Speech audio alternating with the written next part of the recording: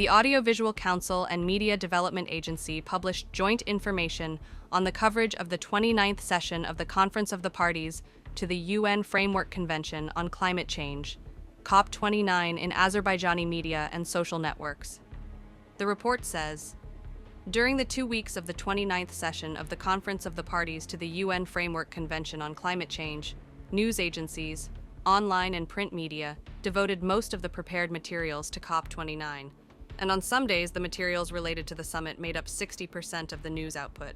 Interviews with numerous guests were organized, and hundreds of meetings and discussions were reported.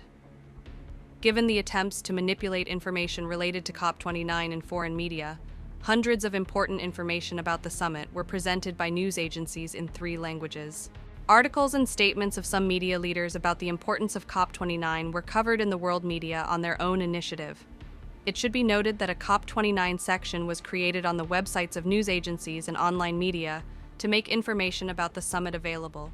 From November 11 to 23, 2024, about 60,000 links on the topic were created, of which about 42,000 were published in Azerbaijani speaking, more than 10,600 in Russian speaking, and about 7,300 in English-speaking media entities.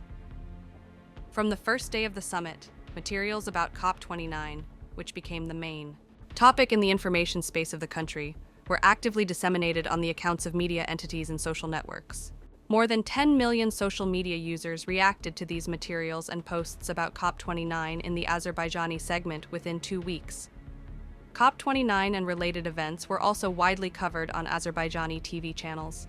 According to Marsa Ltd, a TV audience research company, the average number of daily views of Azerbaijani TV channels during COP29 amounted to 5,336,000 people. The total average viewing amounted to 7,888,000 people. Taking into account the importance of historical decisions made at the end of the international event and the results of the summit, the country's media continue to cover the topic even after COP29.